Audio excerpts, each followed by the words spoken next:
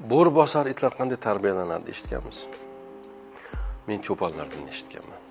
Bitta sirtlon bilan, ya'ni ichkariga bir tirnoqli kichik bola tug'iladi. Keyin uni bitta tug'ilgani uchun va o'sha tirnoqi ichkariga qaragani uchun cho'ponlar aytadi, uni tarbiyalasang, u bo'rini bosadi.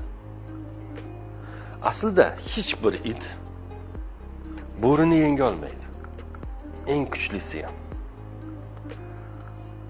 Gibrid itlarda aytmayapman, hozir chatishtirilgan bir itlar bor, ularda aytmayman. Toza itlar qaysi parodadan bo'lishidan qat'iy nazar bo'rini yenga olmaydi. Faqat bitta shart bilan yengishi mumkin, u tarbiyalansa. Bilasizmi, u qanday tarbiyalanadi? Hali kichik bolasi ekan, yer chuqur kovlanadi, u chuqurga tashlanadi. Va xamir qilib, nonni, zuvoli xamirini qilib, cho'g'ni ustiga shuni tashlab yoki tashlamasdan ham bo'rini terisiga 3-4 kun o'rab qo'yiladi.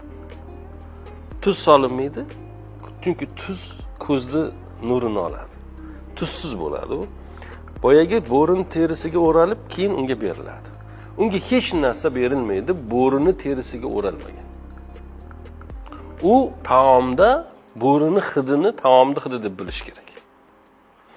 Va usti yopib qo'yiladi. U kichik bola ekan va u yerdan agar bir kuni uzoqdan bo'rini hidini olib, o'sha chuqurdan usti yopilganiga qaramasdan chiqib keta olsa, u bo'rini bosadi.